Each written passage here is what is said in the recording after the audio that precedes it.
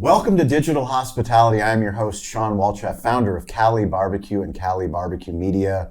When we started this podcast back in 2017, I never thought that I would be doing something as cool as this. These are the conversations that matter. When I went to school in college, I was hoping to have business professors teaching me the things that got me excited about business. Today, we're coming to you from the Restaurant Transfomation Tour hosted by Restaurant 365. I have Morgan Harris, the co-founder of Restaurant 365, and I also have Kevin Obold, who is the VP of Finance at Ultra Steak.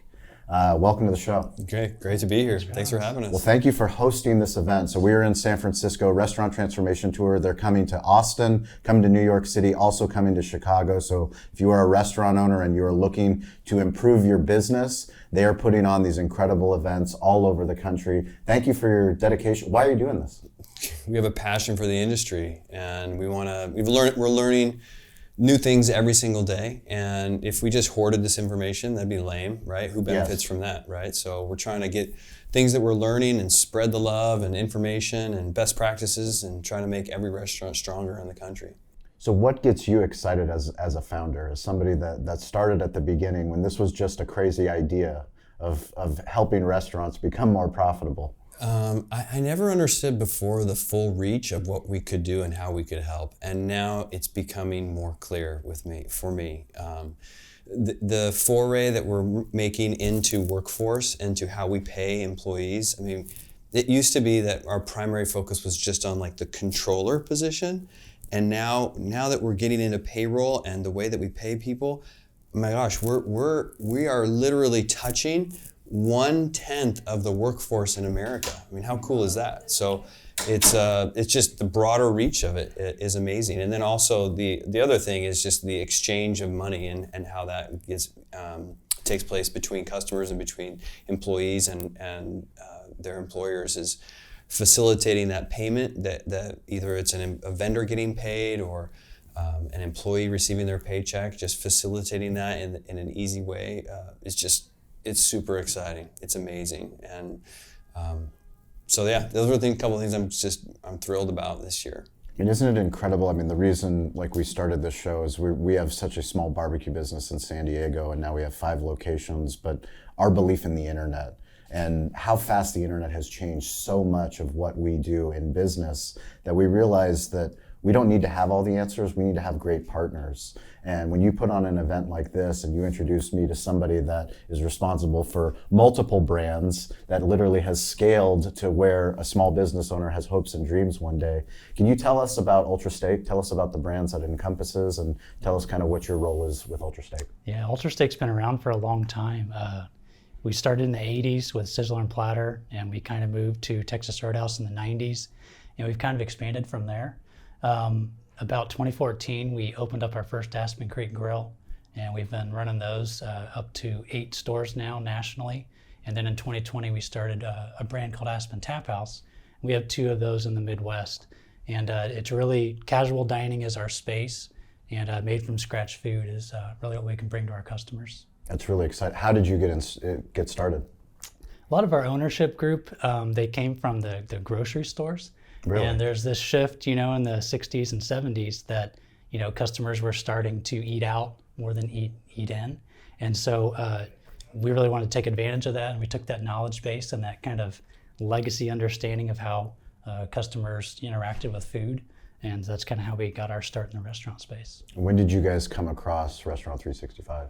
It was about 4 years ago in 2019.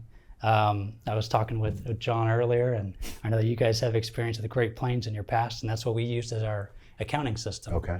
And it wasn't restaurant specific. They didn't know restaurants at an intimate level. As soon as we saw Restaurant 365 at the NRA show, we said, man, that is for us. Yeah. And so we got started 4 years ago, and as the roadmap has continued to expand with Restaurant 365, we've been able to partner with them and take on those multiple products that they've rolled out. That's really exciting. What do you see as far as brand growth moving forward? Yeah, it's really interesting to see how you implement technology in the restaurants. It's not a solution where you can replace something. It's got to be something where you can elevate your level of experience in the restaurant, provide the hospitality that customers are craving.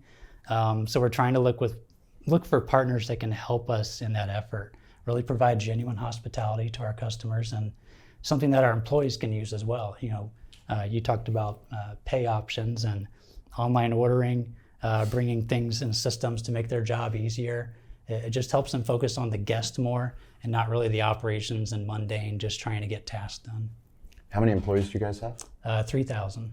3,000 employees. Yeah. That's absolutely incredible. And that goes back to what we talk about with the internet and technology is all around us. And the amount that we take it for granted as small business owners, as big businesses, it's understanding that, every single person is touching the internet all day long. Mm-hmm. And how can we improve our operations? How can we make those memorable moments, those micro moments that happen on a shift, that micro moments that happen in life can really elevate your brand and make you more memorable. Mm-hmm. When you're working with Restaurant 365, as you guys are implementing, talk about the implementation process. Was it difficult because you guys are so big? Yeah, we kind of separated in two parts with accounting and operations. Okay. So, from the accounting side, it was really a lot of the setup. But what we really learned was, everything is integrated into our POS. It's kind of there for you, just waiting for you to kind of map it, tell it where to go. And once you set it, it was almost a set it and forget it. Yeah. And on the operations side, it was kind of the same way. Our brands, some have a lot of liquor, beer, wine sales, so kind of managing that inventory, but also getting used to a dynamic system versus static system. That was a big change for us and one that we really needed. So it was kind of you knew your numbers were updated before you went in to look at the report. It wasn't now we got to spend 20 minutes trying to analyze this report. Is this the right numbers? Is this accurate? So providing it at our fingertips in a dynamic way was a big game changer. And Morgan, when you guys get a client like Ultra Steak, obviously that's a big deal and you don't want to mess it up. Take me through the process. The thing about it is that our software was born from companies like his. It is like they are right up our alley. It's complicated. They have multiple concepts. They're in lots of different states. They have lots of legal entities. They have a lot of intercompany transactions, a common ownership. They have to do this kind of stuff with a package, an accounting package that's not specifically designed to do this is a nightmare for groups like Kevin's. They have to hire way more people than they need, and so this is where the efficiencies come in, and it becomes just phenomenal. You walk into some of these groups, and you'll be giving them a demo, and you show them the intercompany and how that's totally automated. They don't have to do that anymore, and literally, sometimes they'll just say, "Okay, where do I sign? I'm done here. I don't need." Stop yeah, talking. And then Stop and the then sales and process, then please. John over here, who's in the demo, he's like, "Well, what am I going to do with my job? What are you going to do with me?" Yeah. And that's when we were like, no, we're going to repurpose you. We're going to make sure that you have a job where you're adding real value to the organization. That's the kind of impact that it has, and specifically for groups like Kevin's. And it's a lot, you have. How did you end up with multiple concepts? It was really just trying to expand our offering, but keep that made from scratch feel. We got into the Little Caesar space for a while, but that's way outside of casual dining. Yeah. So we found a way to get that acquired and continue in the space. But yeah, it's really difficult when you kind of get out of your niche. We were talking about niches earlier, and we just feel like that's where we're most comfortable. It's where we know how to operate. And with Ultra Steak supporting the brands, we're real familiar with the space. Yeah, it's interesting. Sometimes you'll have a cousin who wants to buy into the next store, or sometimes you'll have to liquor license or some property over here that you have to have a whole different a legal entity to handle that store over there. It's just nepotism and the ownership structure takes place and evolves over time, and you just end up with a rat's nest of behind the scenes accounting gymnastics that have to be done, and Restaurant 365 was built originally to solve those problems, and so at its core, its foundation, that's what it was, and then you start building on top of that operational stuff, and we got into inventory, and we get into payroll, we get into intelligence and business intelligence and reporting, mobile. We talked about scanning today, and it's just the scope of how we're helping restaurants is expanding all the time, and it's just you think that you're climbing this mountain, and then you're like, wait, what's the next mountain? Like, oh my gosh, like what else can we do? Like, and we're getting, we've got, I don't know, there's like 30,000 plus stores that use our product, amazing. and you're getting an influx of ideas from our idea portal. Yep. Customers are saying, well, what about this and what about that, and how do you help me with this, and suggestive ordering and temperature logs and workflow and all tip pooling. How do you decide what to do? Well, the problem that we had in restaurants before was that we begged customers to give feedback. Like, please, fill out this piece of paper and let us know how we're doing. But now with automation, with what we call digital hospitality, it becomes much easier. And if you're a great tech company, you're good at finding Kevins of the world that are willing to speak up and say, hey, we need this for our concept. We know selfishly that it will help us, but we also know that it's going to help you with other clients that are our size. Yeah. How do you decide with that feedback what to do? Yeah, think on the roadmap. Yeah, right? Isn't that what it's called? Yes, it's on the roadmap. That's right. Good, dude. See, come join join the fun, man. It's on the roadmap. Think about innovation in a few different ways. This is in our space. People have been developing software in the restaurant space for a very long time. So sometimes customers will be coming off of those legacy solutions, and that legacy solution will have done something that we don't do yet. Yes. So we have, sometimes you have to you're not actually innovating. You're I don't want to say copying, but you're doing a feature because you have to catch up to what's been done before, because they've built their business in a way that they can't operate without this particular thing. Correct. Okay. So some of it is prioritization based on you're catching up in the industry. Second, some of it is your customers are providing feedback to you, and they're using it, and they're like, hey, I would really wish it if you changed it this way, or it would make it a lot more friendly if you could do it this way. So that's reactionary to them, but they're the users and they know best. They're in it more than we are, right? Like he and his team actually know the software better than I do. So when they're saying to us that we should do something, we need to listen. So we rank those things. And then the third category. Look, he's running restaurants. His eyes sometimes aren't on the horizon of what is possible or what's next, and he depends on us to do that. And so we're looking at not even in the restaurant industry. Let's take a look at other things happening in the hospitality industry or transportation or other industries, and what innovations are happening there, and how might we apply that to our platform, and so that we can carry this forward, right? And be true. That's true innovation, is creative, something that he didn't think about. And we can come to him, and we just had this conference in here, and I'll give you an example. We just had this conference in here, and I polled there was 100 people in the room, okay? 100 customers in the room, 100 groups. And I asked the question, how many of you have discussed the possibility of paying your employees every single day? Okay? Now we live in the gig economy. Yes. All right? If you have a choice to go work, you can go work at a restaurant if you want to, or you could just get in your car and Uber people around all day. Correct. And if you do that, when do you get paid from Uber? Immediately. You do one, or DoorDash. My son goes and drives DoorDash, and then he comes back at the end of the night, and he's got money in his pocket. Oh, but if I go work for Kevin, you're going to pay me every 2 weeks? Those are my choices? Yeah. One, I get to cruise around and drive around and kind of work when I want to, and I get paid every day, and then you're going to make me come in and you're going to tell me when I need to be there for that shift, and I'm not going to get paid until every 2 weeks. What was the number? It was like 80% of the people in the room had not discussed this. Wow. It's like, bro, we need to help. But that's what these events are for. That's what these events are for, to broaden, and that's the innovation. It goes back to the innovation. Like, this has been done in other industries. I mean, Walmart offers this, other industries offer this. Uber's doing this, DoorDash is enabling people to get paid every day. We can't think like this anymore. You got to be competitive. I mean, these are the same workers you're competing for.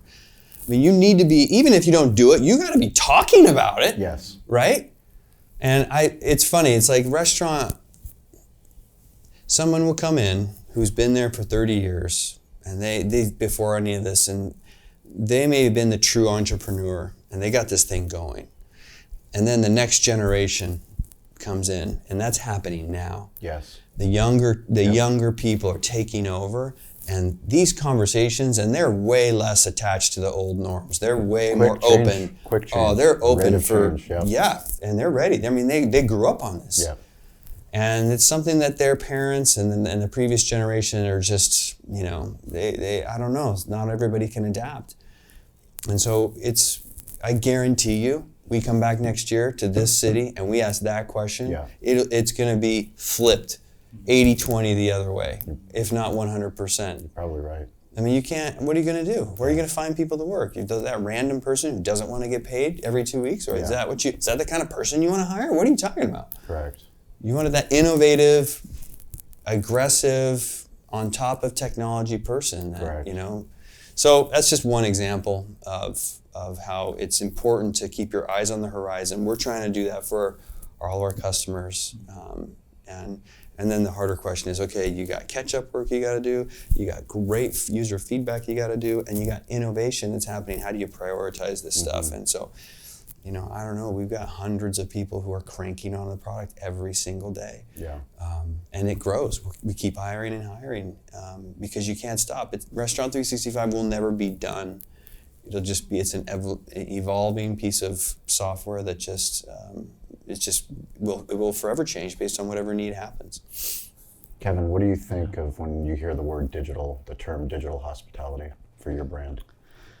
It really brings in a different way to connect with your customers and with your employees. I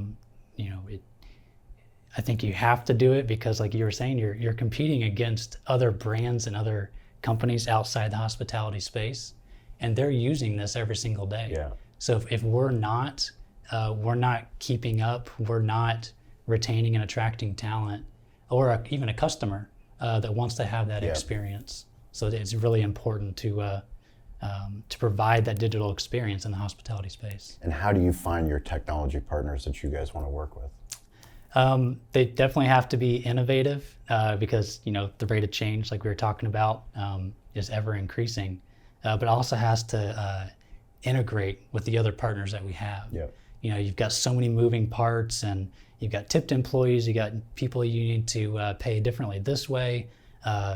To-go sales, it's just a completely different area that we've been having to deal with the last 3 years, and how sticky it is coming out of COVID. And you have to find a partner that understands your business, but also where you want to go, and they need to prove to you that they can get you there and that they're ready for that next step. And for you, why is it important? You said that you ran into Restaurant 365 at the National Restaurant Association. Mm-hmm. That's actually the first time that I met Morgan and the first time I met Tony last year. But it was meeting them, but it was also meeting the team. And there's certain energy at certain brands where they care about people, and they care about intelligence, and they care about empathy, knowing that even though they know how confident they are in the solution, they also understand that they might not have all the solutions, and they're willing to lead with that. I mean, that was one of the things that rubbed off on me, which is why I'm grateful that they're here, introducing me to people like you, introducing our audience. For you, what do you think of when you think of why am I going to spend my time investing, coming to an event like Restaurant Transformation Tour? Mm-hmm. Restaurant 365 has a lot of the same cultural traits that we try to have in our restaurants. Loving your job, making it fun, but also working very hard, trying to be innovative, and always looking forward. I love these RTT events you guys have put on. It gives me a chance to network with other customers, going through the same stuff that we're going through, but also to bounce ideas off of them. It's not bouncing ideas off of your rep at Restaurant 365. It's another chain that's doing something very different in a very different niche market, coming from a different angle. So it kind of broadens your scope just a little bit to think outside the box, and it's really valuable conversations. Yeah, Kevin, that's one of the nicest things anyone's ever said to me. I'm serious, dude. That's and it was on camera. To say that our culture fits your culture is, thank you, man. That's really cool. Yeah. I know you guys are an amazing brand, and so that means a lot. Thank you for saying that. Morgan, how do you recruit for culture?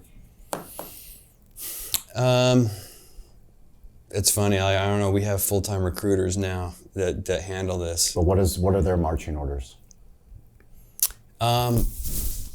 we have core values that we ask and that we filter through people of, solving problems together.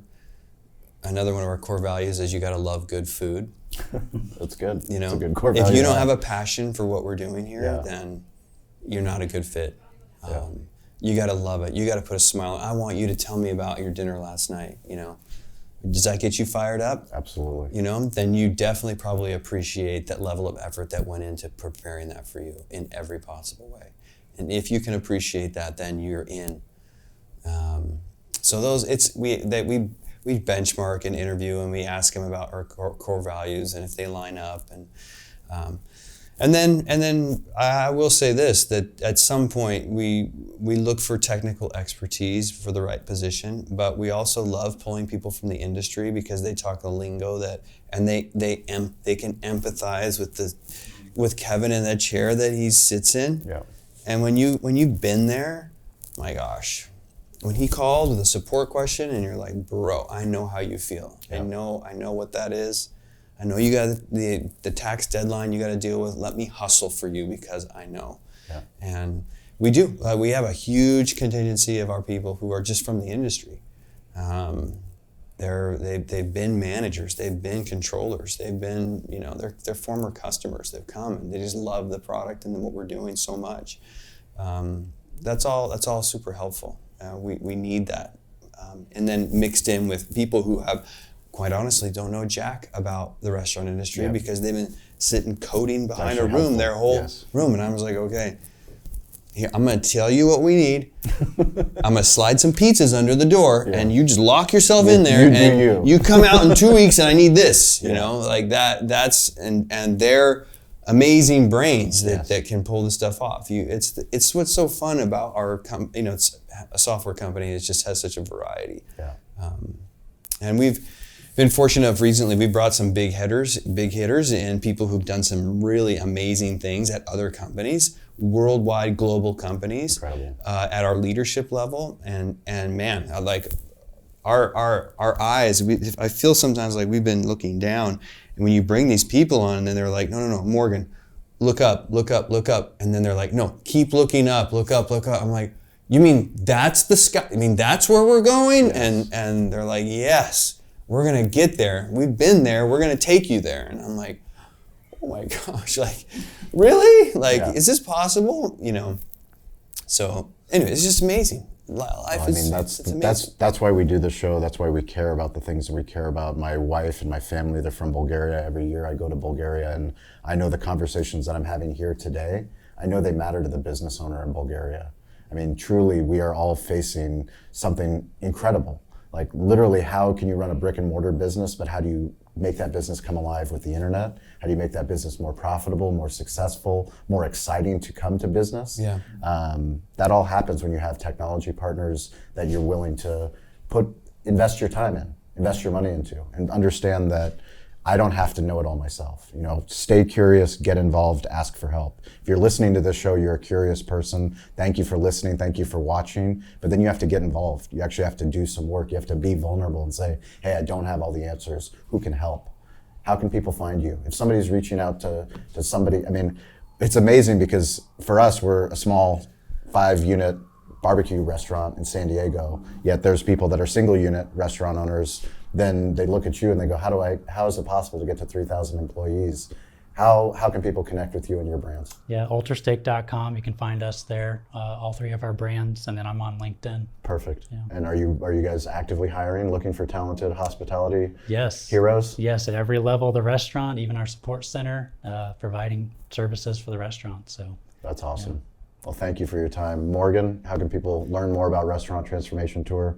Get involved in these events, learn about what you guys do? Yeah, Restaurant365.com. It's all on our website. Love to have anybody. You don't have to be a customer to come to one of these events. Come and just learn, and rub shoulders and talk to people like Kevin and say, hey, tell us about what you're doing. And registration's open. Welcome to everybody. Anybody has skin in the game and who knows anything about or cares at all about serving good food, needs to come to one of these events and learn. Absolutely. Yeah. I mean, what you guys are doing is really groundbreaking. It's something that, the old conference model, the food show model, it's broken in my opinion. And I think that, the investment and time that you guys are making to put content at the beginning, education, how can we all come together as an industry, have important conversations that we walk away from San Francisco going like, hey, do you remember that conversation we had in San Francisco? It transformed my business. Yeah. Or you introduced me to that other restaurant owner and we did some other collaboration that led to something else. That stuff is really exciting for me. If you guys want to reach out to me, it's at Shawn P. Walchef, SHAWN PWALCHEF, and that is on Instagram, LinkedIn, TikTok, all the platforms. I'm weirdly available. We're grateful for you guys listening to the show. We look forward to talking to you next week. Please visit Restaurant Transfomation Tours, the site on Restaurant 365 site to sign up for Austin, New York City, as well as Chicago. Yeah. Gonna take over. It's gonna be amazing. Amazing. Come. These aren't stuffy. Come and do a 3-banger with Morgan. They're not stuffy events. They're fun. They're awesome. We really appreciate it. Thank you guys for watching. Appreciate it.